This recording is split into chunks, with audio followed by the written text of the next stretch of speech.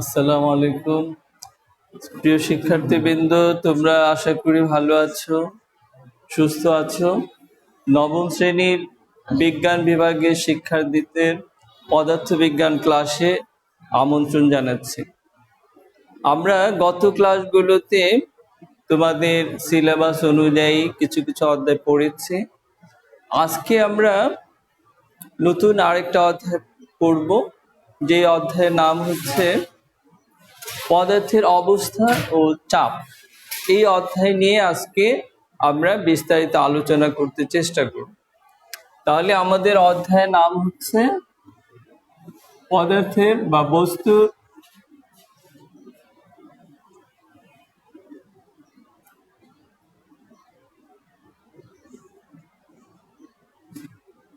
পদার্থের অবস্থা ও চাপ।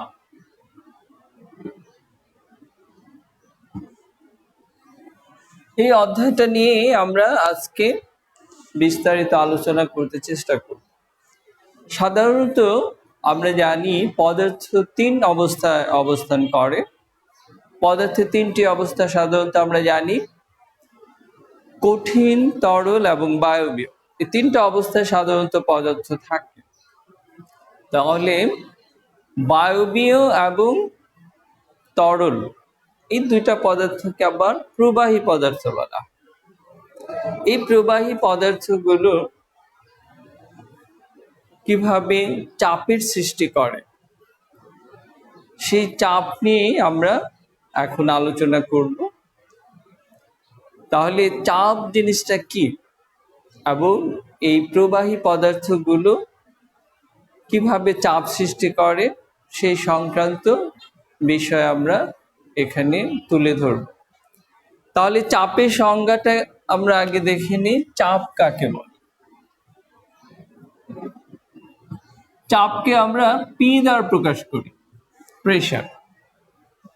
চাপ হচ্ছে একক ক্ষেত্রফলে যে বল প্রয়োগ করে, একক ক্ষেত্রফলে যে বল, এই দ্বারা আমরা ক্ষেত্রফল বুঝাচ্ছি, এফ দ্বারা বল। তাহলে একক ক্ষেত্রফলের মধ্যে যে বল প্রয়োগ করা হয় সেটাকে আমরা চাপ বলে থাকি। তাহলে দেখা যায় যে ক্ষেত্রফল যদি তোমার কম হয় তাহলে কি হবে? চাপটা বেশি হবে, তাই না? তাই তো বোঝাচ্ছে, এখানে বিপরীত অনুপাতে আছে। ক্ষেত্রফল যদি কম হয়ে যায় তাহলে চাপটা বেশি হবে। যেমন আমি ধরে নিই যে কোনো একটা ছুরি, একটা ধারালো ছুরির অগ্রভাগ খুব সুচালু থাকে, একদম সূক্ষ্ম থাকে। তার মানে কি? তার ক্ষেত্রফলটা কম থাকে। কিন্তু আমি একটু হালকা ভাবে চাপ দিলে, একটু হালকা বল প্রয়োগ করলে কেটে যায়। তার কারণ কি? যত সূক্ষ্ম হবে কোন একটা বস্তুর ক্ষেত্রফল, তার মধ্যে অল্প বল প্রয়োগ করলে চাপটা বেশি ক্রিয়া করবে। এর ফলে কি হয়? ছুরি দ্বারা কোনো জিনিস কাটা সহজ হয়। একটা প্যারেক ধরে নাও, একটা প্যারেকের অগ্রভাগটা খুব সুচালু থাকে কিন্তু, তাই না? তোমরা তো দেখেছো প্যারেক অগ্রভাগটা খুব সুচালু থাকে। এখন যদি একটা হাতুড়ি দ্বারা এখানে আঘাত করা হয়, একটা হাতুড়ি দ্বারা যদি একটু আঘাত করা হয়, হাতুড়ি দ্বারা প্যারেকে আঘাত করা হলো, দেখা গেল হালকা আঘাত করলে এই প্যারেকটা ভিতরে ঢুকে যাচ্ছে। অথচ তুমি এই প্যারেকটাকে উল্টিয়ে তুমি আঘাত করো, এখানে দেখা যাচ্ছে ক্ষেত্রফলটা বেশি। এখন যদি উল্টিয়ে তুমি হাতুড়ি দিয়ে আঘাত করো তাহলে দেখা যাবে যে প্যারেকটা ঢুকবে না। তার কারণ হচ্ছে যে ক্ষেত্রফলের ব্যাপার আছে। ক্ষেত্রফলটা যত সূক্ষ্ম হবে, যত কম হবে, ওখানে চাপ বেশি সৃষ্টি হবে, এর ফলে এটা ঢুকে যাবে। তাহলে আমরা চাপ কাকে বলে বুঝাতে চেষ্টা করলাম। চাপ হচ্ছে একক ক্ষেত্রফলের মধ্যে যে বলটা ক্রিয়া করে সেটাই হচ্ছে চাপ। তাহলে চাপের একটা নির্দিষ্ট একক আছে। চাপের একক কি? চাপের এককে আমরা প্যাসকেল বলে থাকি, প্যাসকেল মনে রাখবে, প্যাসকেল। অথবা বলের একক কি? নিউটন। ক্ষেত্রফলের একক কি?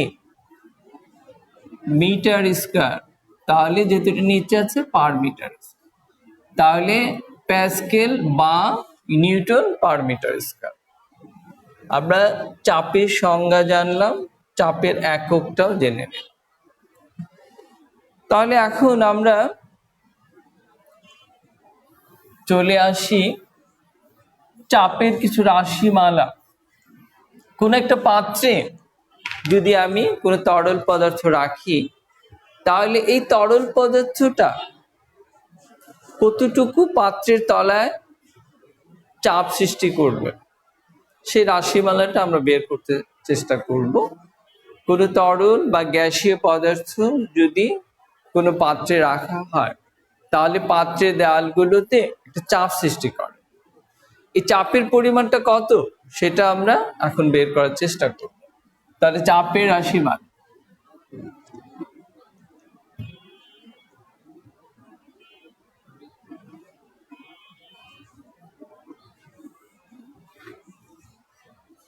তাহলে ধরে নিই এটা একটা পাত্র, সিলিন্ডার আকার পাত্র। এই পাত্রের মধ্যে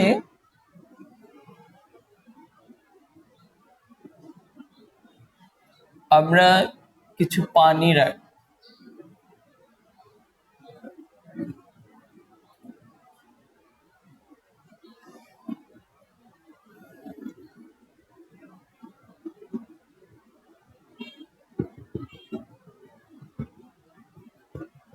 এই পাত্রের মধ্যে কি আছে? এই পানি আছে। এই পানিগুলো পাত্রের নিচে, পাত্রের তলদেশে কি পরিমাণ চাপ সৃষ্টি করে, সেটা আমরা এখন ক্যালকুলেট করব। তাহলে ধরে নেই এই পানির উচ্চতাটা হচ্ছে এইচ, আর পানির ঘনত্বটাকে আমরা ধরে নেব পানির উচ্চতা এইচ, পানির ঘনত্ব কত? রো। আর পাত্রের ক্ষেত্রফল, যে পাত্রেটা রাখা হয়েছে পানিটা, তার ক্ষেত্রফল কত? ক্ষেত্রফল ধরে নেই এ। তাহলে এই উচ্চতা যদি পানি কোন একটা পাত্রে রাখা হয়, তাহলে এই পানিটা পাত্রের তলদেশে গিয়ে কতটুকু চাপ সৃষ্টি করবে, সেই চাপের রাশিমালাটা আমরা এখন বের করতে চেষ্টা করব। তাহলে এখন আমি ধরে নিই চাপ, চাপের সংজ্ঞা অনুসারে আমরা কি বলেছি? চাপ সমান বল বাই ক্ষেত্রফল, এটাই তো বলেছিলাম, তাই না? তাহলে চাপের রাশিমালা হচ্ছে F ডিভাইড বাই A, তার কারণ একক ক্ষেত্রফলে যে বল প্রয়োগ করে সেটাই হচ্ছে চাপ। তাহলে এখন আমরা এই বল বা পানির যে ওজনটা, সেটা আমরা mg, F সমান mg লিখতে পারি, তাই না? ভর ইন্টু অভিকর্ষ ত্বরণ ডিভাইড বাই A। এখন এই ভরটা কত হবে আমরা তো জানি না, আমরা বলেছি যে পাত্রে কিছু পানি আছে, তাহলে ভরটা আমরা কিভাবে বের করব? ধরে নেই আমরা ঘনত্বের সংজ্ঞায় চলে যাই। ঘনত্বকে রো দ্বারা প্রকাশ করে, রো, এই চিহ্নটাকে বলা হয় কি? রো। এই রো বা ঘনত্বের সংজ্ঞা অনুসারে একক আয়তনের ভরকে আমরা ঘনত্ব বলি, একক আয়তনের ভরকে আমরা কি বলি? ঘনত্ব বা রো। তাহলে এখান থেকে আমরা এই এমটা বের করতে পারবো, এম সমান রো ইন্টু ভি। তাহলে আমরা এখানে লিখা দেব এম, এম এর মানটা লিখবো rho V, rho V g divide by A. আচ্ছা, এখন আবার আমরা এই ভি এর মানটা কোথেকে পাবো? ভি, এই পাত্রের ভেতরে যতটুকু পানি আছে, এই পানির ক্ষেত্রফলটা কতটুকু, আয়তনটা কতটুকু? আয়তন, ভি হচ্ছে আয়তন। তাহলে পানির আয়তনকে আমরা কি দ্বারা প্রকাশ করব? পানির আয়তন ভি। তাহলে ভি যদি আয়তন বলি, তাহলে আয়তন সমান কি বলতে পারি আমরা? ভি সমান ক্ষেত্রফল ইন্টু উচ্চতা, তাই না? ক্ষেত্রফল ইন্টু উচ্চতা। তাহলে ক্ষেত্রফল কত বলেছিলাম আমরা? এখানে এ, এই পাত্রের প্রস্থচ্ছেদের ক্ষেত্রফলটাই হচ্ছে এ। উচ্চতাটা কত বলেছি আমরা? এইচ উচ্চতা, তাই না? পানির উচ্চতাটা হচ্ছে এইচ। তাহলে কি হলো? আয়তনটা হচ্ছে এ এইচ। তাহলে এখানে আমরা এখন মানটা লিখা ফেলি, রো ভি এর মানটা হবে এ এইচ, জি যা ছিল তাই, নিচে এইচ। এখন এ যদি ক্যান্সেল হয়ে যায় থাকবে কি? Rho H G. তাহলে মোটামুটি আমরা চাপের যে রাশিমালাটা সেটা পেয়ে গেলাম। তাহলে অতএব পি সমান, এটা সাজিয়ে লিখছি, এইচ রো জি। তাহলে আমরা কোন একটা তরল বা প্রবাহী পদার্থে কোনো পাত্রের তলদেশে যেই চাপ প্রয়োগ করে, সেই চাপের রাশিমালাটা হচ্ছে এইচ রো জি। এই রাশিমালাটা তোমরা খেয়াল রাখবে সবসময় এই অধ্যায়ের, যখন আমরা গাণিতিক সমস্যাগুলো সমাধান করব তখন এই সূত্রটা আমরা ব্যবহার করব। এই জন্য এই রাশিমালাটা তোমরা খুব ভালো করে মনে রাখবে। তাহলে কোনো প্রবাহী পদার্থ বা কোনো তরলে, কোনো একটা পাত্রে যদি রাখা হয় কোনো তরল, তরল যে পাত্রের তলদেশে চাপ সৃষ্টি করবে, সেই চাপের রাশিমালাটা হবে এইচ রো জি। ভালো করে মনে রাখবে, এইচ রো জি। তাহলে তোমরা আশা করি খাতায় তুলছো এবং তোমরা বাসায় এগুলো ভালো করে আশা করি দেখবে, এই আশায় আমি রাখি। তার কারণ হচ্ছে আমাদের ক্লাস পাশাপাশি বই, এই দুইটা মিলিয়ে তোমরা যদি পড়ো তাহলে তোমরা অনেক সহজে জিনিসগুলো বুঝতে পারবে। আর যদি তোমরা ক্লাস শুধু করলে আর বই দেখলে না, তাহলে কিন্তু তোমাদের অনেক কিছু জানার অভাব হয়ে যাবে এবং তোমরা অনেক কিছু পড়াগুলো জমে গিয়ে তোমাদের সমস্যার সৃষ্টি করবে। এর ফলে তোমরা পদার্থ বিজ্ঞানকে বলবে একটা কঠিন সাবজেক্ট। আসলে কঠিনের কিছু নেই, যদি তুমি রেগুলার চর্চা করো তাহলে তোমাদের পদার্থ বিজ্ঞান সবচেয়ে সহজ মনে হবে। এর জন্য দরকার হচ্ছে রেগুলার ক্লাস করা, আবার এই ক্লাসটা মিলিয়ে তোমাদের বইয়ের সাথে সংযোগ করে সেটাকে আবার সাথে সাথে পড়ে ফেলা, তাহলে তোমাদের আর সমস্যা থাকবে না। তাহলে আমরা চাপের রাশিমালাটা শেষ করলাম। এই রাশিমালাটা মনে রাখবে, এটা আমরা এরপরও এই রাশিমালাটা কাজে লাগাবো। আচ্ছা, এখন চলে আসি আমরা আর্কিমিডিসের সূত্র।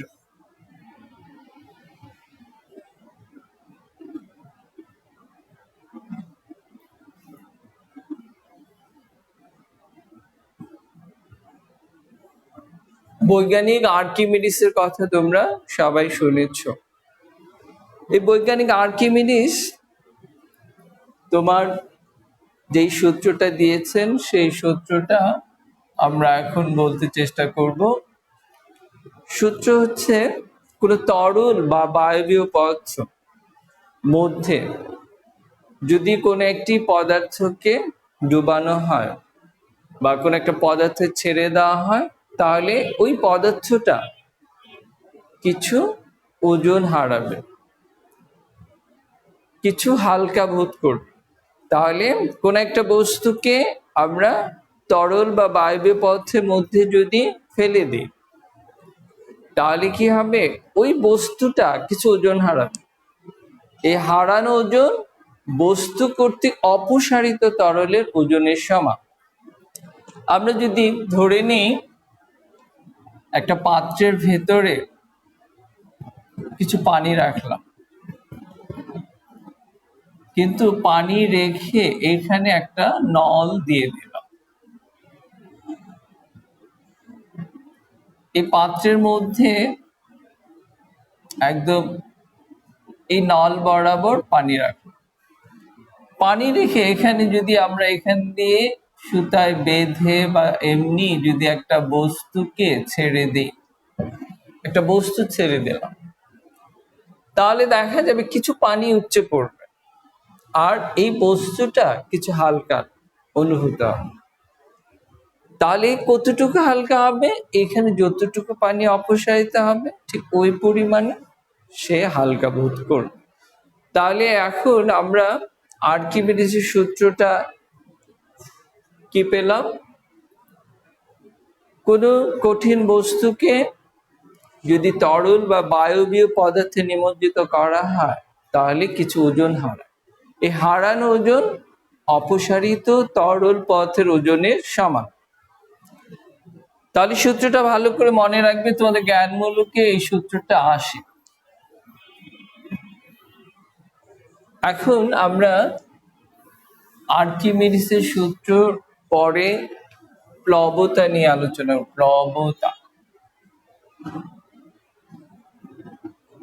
প্লবতাটা কি? ওই একই অবস্থা, কোনো একটা কঠিন পদার্থকে বায়বীয় তরল পথে ছেড়ে দিলে বা নিমজ্জিত করলে ওই তরল পথ ওই বস্তুটার ঊর্ধ্ব দিকে একটা বল প্রয়োগ করে, ঊর্ধ্বমুখী। এই ঊর্ধ্বমুখী বলটাকে প্লবতা বলা হয়। তোমরা অনেক সময় পুকুরে বা নদীতে যদি গোসল করে থাকো, একটা জিনিস লক্ষ্য করবে, সেটা হচ্ছে পুকুরে গিয়ে তোমরা যদি ডুব দাও বা নদীতে গোসল করতে ডুব দাও, দেখবে বেশিক্ষণ থাকতে পারবে না, তোমাকে কে যেন উপর দিয়ে টেনে উঠাচ্ছে। আসলে কেউ উঠাচ্ছে না, এটাই হচ্ছে তোমার প্লবতা বা ঊর্ধ্বমুখী একটা বল। কোন একটা তরলের মধ্যে যদি কোন একটা কঠিন বস্তুকে নিমজ্জিত করা হয় তাহলে ওখানে একটা ঊর্ধ্বমুখী বল ক্রিয়া করে। তো এই ঊর্ধ্বমুখী বলটাকে আমরা কি বলবো, প্লবতা বা লব্ধি বল।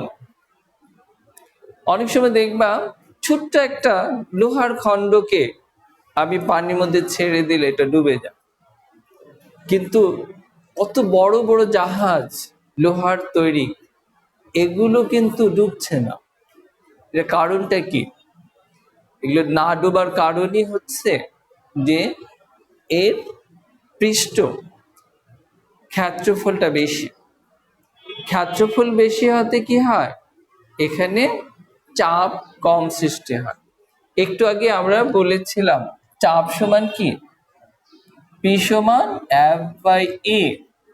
তাহলে এই ক্ষেত্রফলটা যদি তোমার বেশি হয়, বেশি হলে কি হবে, এখানে চাপটা কম হবে, চাপটা কম হবে, ক্ষেত্রফল বেশি হলে চাপ কম হবে।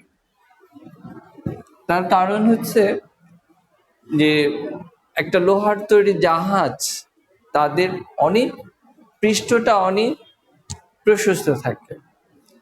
এর ফলে কি হয়, ওর অপসারিত পানির পরিমাণ বেড়ে যায়। ক্ষেত্রফল বেশি হতে অপসারিত পানির পরিমাণ বেশি হয়, আর যত বেশি ঠিক ওই পরিমাণে জাহাজটা হালকা লাগবে, জাহাজটা পানির কাছে এটা হালকা বোধ হবে, সুতরাং এটা ডুববে না। তাহলে এর ক্ষেত্রফল বেশি হওয়ার দরুনই জাহাজটা পানিতে ডুবছে না। তাহলে আমরা জাহাজের না ডুবার কারণটাও জেনে নিলাম। তাহলে এখন আমরা প্লবতা নির্ণয় করব। ধরে নিই একটা পাত্র, একটা পাত্রের ভেতরে কিছু পানি নেব আমরা,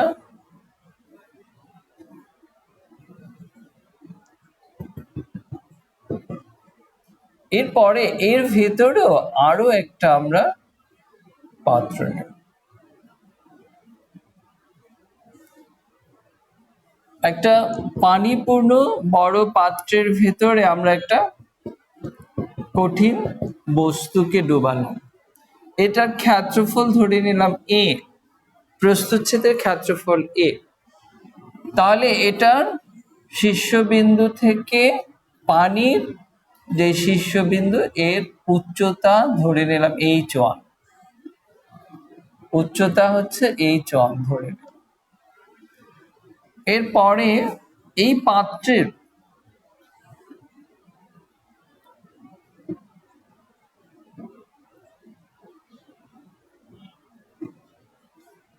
পাত্রের যে নিম্ন স্তর, পাত্রের একদম নিম্ন বিন্দু থেকে পানির উচ্চ বিন্দুর উচ্চতা হল h2। তাহলে আমরা শুধু পাত্রের উচ্চতাটা কত বলবো? h2, এটুককে আমরা বলবো তাহলে h। তাহলে পাত্রটার উচ্চতা হচ্ছে h। পানির উপরিতল থেকে পাত্রের উপরিতলের উচ্চতা h1, পানির উপরিতল থেকে পাত্রের নিম্নবিন্দু উচ্চতা হচ্ছে h2। তাহলে তোমরা চিত্রটা ভালো করে খেয়াল করো, না হলে বুঝবে না। তাহলে এখন আমরা এটা প্লবতা নির্ণয় করব। প্লবতা নির্ণয়, এই বস্তুটা পানিতে নিমজ্জিত করলে ঊর্ধ্বমুখী কি পরিমাণ বল ক্রিয়া করবে? এটা কি পানিতে ভাসবে, না একদম তলানিতে চলে যাবে, নাকি ঊর্ধ্বমুখী বলটা এর জন্য কতটুকু হবে? প্লবতা কতটুকু, এর ঊর্ধ্বমুখী বলটা কতটুকু হবে সেটাই আমরা দেখবো। আর ঊর্ধ্ব বলটা কিসের উপর নির্ভর করছে? তাহলে প্লবতা নির্ণয় করতে গিয়ে আমরা এই পাত্রটার, বা এটাকে যদি বস্তু বলি, এই বস্তুর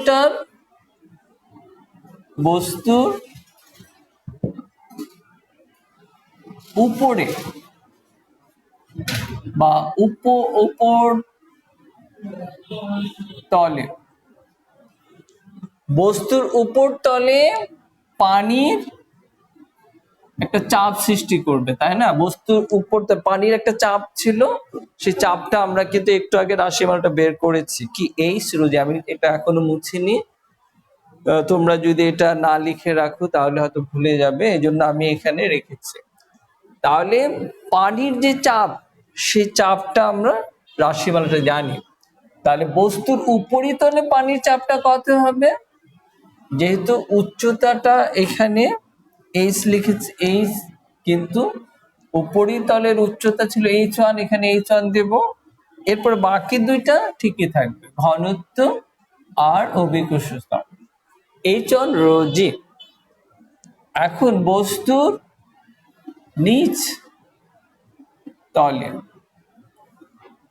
তলে উপরের দিকে যেই বলটা ক্রিয়া করবে, নিচ তলে চাপটা কত হবে? তার কারণ উপর থেকে নিচ পর্যন্ত উচ্চতা কত ছিল? h2। তাহলে এখানে হয়ে যাবে h2 রো জি। তাহলে বস্তুর উপরিতলের চাপটা পেলাম, এবং নিম্নতলে ঊর্ধ্বমুখী যে চাপটা সেটাও পেলাম আমরা। আচ্ছা, তাহলে এখন চাপ এবং বলের রাশিমালা আমরা একটু আগেই দেখেছি। চাপ সমান কি? F/A। চাপ এবং বলের সাথে সম্পৃক্ত সূত্র এটা। আমরা চাপ পেয়েছি, এখন যদি আমরা বল বের করতে চাই তাহলে কি হবে? PA। তারপরে চাপের সাথে একটা ক্ষেত্রফল গুণ করতে হবে। তাহলে এই ক্ষেত্রে চাপ যদি এত হয় তাহলে বলটা কত হবে? F1 সমান P। চাপটা কত ছিল? h1 rho G into A। তাহলে আমরা চাপের রাশিমালার সাথে কি করব? একটা ক্ষেত্রফল গুণ করে দিব। তাহলে কি পরিমাণ বল প্রয়োগ করছে এই বস্তুটার উপর পানি, সেটা রাশিমালাটা আমরা দেখে নিলাম। এখানে h1 ছিল, তাই না? আচ্ছা, এখন এই নিম্ন তলে ঊর্ধ্বমুখী একটা বল, আমরা একটু আগে বলেছিলাম পানির মধ্যে যদি কোনো বস্তুকে ডুবানো হয় তাহলে কি হয়? পানির নিম্ন থেকে ঊর্ধ্বমুখী একটা বল প্রয়োগ করে, এই বলটাই হচ্ছে প্লবতা। তাহলে এই বস্তুটাকে তো আমি ডুবিয়েছি, ডুবানোর ফলে নিম্ন দিক থেকে কি হবে, এই পাত্রের মধ্যে একটা বল প্রয়োগ করছে। সে নিম্নতলে যে চাপটা ছিল সে চাপটা বের করলাম, এবং নিম্নতলে বল কত হবে, ঠিক আগের মতোই বল হচ্ছে চাপ ইন্টু ক্ষেত্রফল। তাহলে চাপ আমরা পেয়েছি h2ρg আর ক্ষেত্রফল হচ্ছে a। তাহলে ঊর্ধ্বমুখ পাত্রের ঊর্ধ্বতলে এবং নিম্নতলে কি পরিমাণ বলটা ক্রিয়া করছিল সেটা আমরা পেলাম। তাহলে লব্ধি বলটা কত হবে? লব্ধি বল মানে হচ্ছে যে ঊর্ধ্বমুখী এবং নিম্নমুখী দুইটা বলের ক্রিয়ার ফলে এখন এটা কোন দিকে যাবে, নিচের দিকে যাবে না উপর দিকে যাবে, এখন শেষ পর্যায়ে রেজাল্ট কোনটা হবে। তাহলে লব্ধি বলটা হবে F2 - F1, নিম্নমুখী বল এবং ঊর্ধ্বমুখী দুইটা বলের বিয়োগফলই হচ্ছে লব্ধি বল, আর এই লব্ধি বলটাই হচ্ছে প্লবতা। লব্ধি বলটা হচ্ছে প্লবতা। তাহলে আমরা প্রথম যে বলটা পেয়েছিলাম F1, এটা হচ্ছে F2। তাহলে F2 সমান কত লিখবো আমরা, h2ρga মাইনাস A1 সমান কত পেয়েছি, h1ρga, h1ρga। এখন এখানে কমন যায় কি দেখো তো, এখানে ρga তিনটা আইটেমই এখানেও আছে এখানেও আছে, তাহলে আমরা ρga, তাহলে থাকলো কি, এখানে থাকলো h2, এখানে থাকলো h1।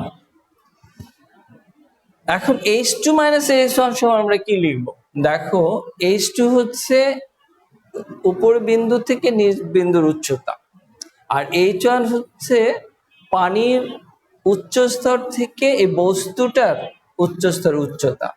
তাহলে h2 থেকে h1 চলে গেলে থাকবে কি, h টা থাকবে না। তাহলে এখানে h2 - h1 সমান হচ্ছে h, তাহলে আমরা তাই লিখবো ρga, আর এটুকু সমান লিখবো h। তাহলে প্লবতা সমান আমরা কি পেলাম, ρgAh, বা এটাকে যদি আমরা সাজিয়ে লিখি h রো, আচ্ছা আর একটু সুন্দরভাবে লিখি, এটাকে আরো কিছু সংক্ষিপ্ত করা যায়। তার কারণ কি, আমরা h সমান কি লিখতে পারি, একটু আগেও আমরা বলেছি যে এই পাত্রের যদি আয়তনটা আমরা বের করতে চাই তাহলে কি করব, পাত্রের আয়তন হচ্ছে ক্ষেত্রফল এবং উচ্চতা, উচ্চতা কতটুকু h, ক্ষেত্রফল ইন্টু উচ্চতা সমান হচ্ছে আয়তন। তাহলে আমরা এখানে h পেয়েছি, h সমান v লিখতে পারি, তাহলে ρgv, অর্থাৎ প্লবতা সমান হচ্ছে, সাজিয়ে লিখি যদি, v রো জি। তাহলে দেখো আমরা প্লবতার যে রাশিমালা পেলাম সেটা হচ্ছে v রো জি। তাহলে প্লবতা বলতে যে একটা আমরা জাহাজ, লোহার তৈরি জাহাজ যে সমুদ্রে ভাসতে দেখি, লোহার তৈরি জাহাজ আমরা সমুদ্রে ভাসতে দেখি, তাহলে এই প্লবতার কারণে, প্লবতা কার উপর নির্ভর করছে, এখানে দেখো ঘনত্ব আর আয়তন, এই দুইটা জিনিসে এখানে আমাদের কাজ করছে। ভি, একটা জাহাজের আয়তন অনেক প্রশস্ত থাকে, এর ফলে কি হয়, প্লবতাটা বেশি হয়ে যায়, এর ফলে এটা পানিতে ডুবে না। তাহলে আমরা চাপের রাশিমালা পেলাম h রো জি, প্লবতার রাশিমালা পেলাম v রো জি। চাপ নির্ভর করছে h এর উপর, পানির চাপটা তলদেশে কতটুকু দেবে, বা কোন একটা বস্তুর উপরে কতটুকু দেবে সেটা হচ্ছে এইচ এর উপর নির্ভর করছে, কতটুকু পানির উচ্চতা এটার উপর নির্ভর করছে এখানে কতটুকু চাপ সৃষ্টি করবে। আর ঊর্ধ্ব দিকে যে বলটা, প্লবতা মানেই হচ্ছে যে আমি যখন নদীতে গোসল করতে যাই আমাকে কি করে মনে হয় উপরে তুলে দিচ্ছে। তাহলে এই যে উপরে কে তুলে দিচ্ছে? প্লবতার কারণে।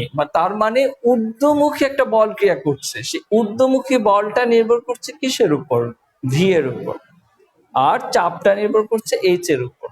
তাহলে ঊর্ধ্বমুখী বল ভি এর উপর মানে আয়তন, আর নিম্নমুখী পানির যে বলটা এটা নির্ভর করছে উচ্চতার উপর, পানি কতটুকু উচ্চতা আছে। তাহলে আমরা আজকে তোমাদেরকে বুঝাতে চেষ্টা করলাম যে পদার্থ কোন একটা বস্তুর যদি কোনো তরলে নিমজ্জিত করা হয় বা গ্যাসীয় পথে নিমজ্জিত করা হয় তাহলে সে কিছু ওজন হারায়, সেই হারানো ওজনটা অপসারিত তরলের ওজনের সমান হয়। এবং কোন একটা বস্তু প্লবতা কতটুকু হয় এবং পানি নিম্নতলে কতটুকু চাপ সৃষ্টি করে এগুলো আমরা দেখতে চেষ্টা করলাম। পদার্থ কত অবস্থা অবস্থান করে সেটাও আমরা দেখলাম। পদার্থের অবস্থান চতুর্থ আরেকটা অবস্থা আছে প্লাজমা অবস্থা, এটা আমরা নেক্সট কোনো অধ্যায়ে ওটা নিয়ে আলোচনা করব। কিন্তু এই অধ্যায়ে শুধু তোমাদের পদার্থের যে তিনটা অবস্থা এই তিনটা অবস্থায় এখানে বিবেচনায় আসবে। তাহলে প্রবাহী পদার্থ যে গুণাবলীগুলো সেগুলো আমরা দেখলাম। তাহলে আজকে যে সূত্রগুলো আমরা ব্যবহার করলাম এই সূত্রগুলো দিয়ে আমরা একটা সৃজনশীল তোমাদেরকে বাড়ির কাজ দিয়ে দেব, আশা করি তোমরা পারবে। কারণ আমাদের সূত্র তো প্রমাণ করলাম, এখন শুধু সূত্রের মধ্যে মানগুলো বসিয়ে তোমরা অঙ্কটা করে ফেলবে। তাহলে বাসায় একটু চেষ্টা করবে, বই দেখবে এবং বইয়ের উদাহরণগুলো খেয়াল করবে, তাহলে তোমরা এটা সমাধান পেয়ে যাবে। আর যদি তোমাদের সমস্যা হয় তাহলে আমার সাথে যোগাযোগ করবে, আমি চেষ্টা করব তোমাদের নেক্সট ক্লাসে এটা সমাধান করে দেওয়ার জন্য। তাহলে এটা লিখা ফেলো তোমরা, একটি সোনার তৈরি মুকুট, মুকুট কারা পরে? সোনার তৈরি রাজা বাদশারা, তাই না? একটি সোনার তৈরি মুকুট বাতাসে ওজন, বাতাসের ওজন করে দেখা গেল যে 10 নিউটন হয়,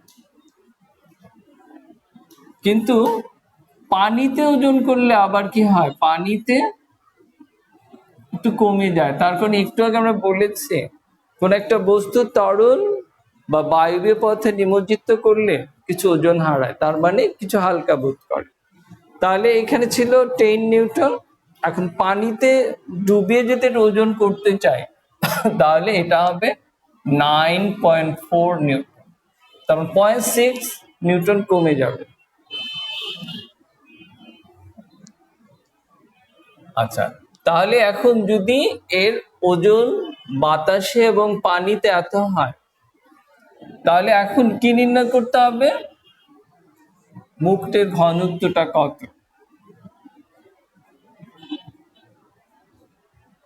মুকুটের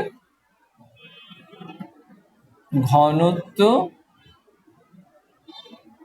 কত? তার মানে এটা ভেজাল আছে কিনা ঘনত্বটা বের করলেই বের হয়ে যাবে। যদি আমরা এই মানগুলো বসিয়ে ঘনত্বটা বের করতে পারি তাহলে দেখা যাবে যে স্বর্ণের যে ঘনত্বটা আছে সেই ঘনত্বের সাথে যদি মিলে যায় তাহলে আমরা ধরে নেব এই স্বর্ণের মুকুটটা ভেজাল মুক্ত ছিল। আর যদি কম বেশি হয় তাহলে আমরা ধরে নেব এর মধ্যে কিছু ভেজাল মিশ্রিত আছে। তাহলে এই অঙ্কটা তোমরা কোন সূত্র দিয়ে করবে বলো তো? তোমরা সূত্র ব্যবহার করবে, ঘনত্বের সূত্রটা কি? রো সমান m/v। এম আমাদের এখানে ওজন দেওয়া আছে, এই ওজনকে ভরে কনভার্ট করতে হবে। ওজনকে ভরে কনভার্ট করতে হলে কি করতে হয়? জি দিয়ে ভাগ করতে হয়, তাহলে এটা ভর হয়ে যাবে। তাহলে এই ভর এবং আয়তন দুইটার মান যদি বসাতে পারি তবে আমাদের ঘনত্বটা বের হয়ে যাবে। আর এই ঘনত্বটা আমরা চার্ট দেখে কোন পদার্থের ঘনত্ব কতটুকু এটা আমরা চার্ট দেখে এটার সাথে মিলিয়ে দেখব যে ঠিক আছে কিনা। যদি ঠিক থাকে তাহলে স্বর্ণের মুকুটটা ভেজাল মুক্ত, না হয় ভেজাল আছে। সবাই লিখছো তো তোমরা? তোমরা আশা করি ক্লাসে যা যা পড়ানো হয় বাসায় এটা আবার দেখবে, না হলে কিন্তু ভুলে যাবে। তাহলে আজকে আমরা এই পর্যন্তই, নেক্সট আমরা সামনের দিকে আগাবো। তোমরা সবাই ভালো থাকো, সুস্থ থাকো এবং ভালোভাবে পড়াশোনা করবে। পড়াশোনার বিকল্প নেই, এই জন্য পড়াশোনা করবে। তোমাদের পরীক্ষা হোক আর না হোক পড়ার মধ্যে থাকবে, তোমাদের জ্ঞান অর্জন করতে, জ্ঞান অর্জন করাই হচ্ছে মুখ্য। ঠিক আছে, তাহলে আজকে এ পর্যন্ত। তোমরা সকলে ভালো থাকো, সুস্থ থাকো। আল্লাহ হাফিজ।